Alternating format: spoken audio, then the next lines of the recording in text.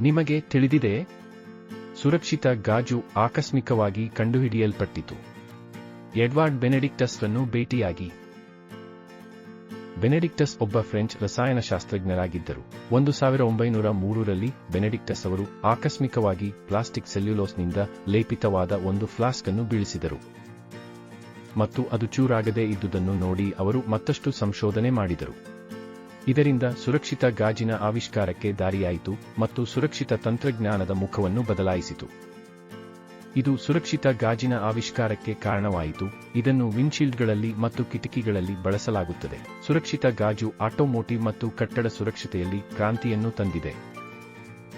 ಸುರಕ್ಷಿತ ಗಾಜು ಈಗ ಕಟ್ಟಡಗಳು, ವಾಹನಗಳು ಮತ್ತು ಸ್ಮಾರ್ಟ್ಫೋನ್ ಪರದೆಗಳಲ್ಲಿ ಅಗತ್ಯವಾಗಿದೆ. ತಂತ್ರಜ್ಞಾನದ ಆವಿಷ್ಕಾರಗಳ ಬಗ್ಗೆ ಆಕರ್ಷಿತರಾಗಿದ್ದೀರಾ? ಹೆಚ್ಚಿನ ಅದ್ಭುತ ವಿಷಯಗಳಿಗೆ ನಮ್ಮನ್ನು ಫಾಲೋ ಮಾಡಿ.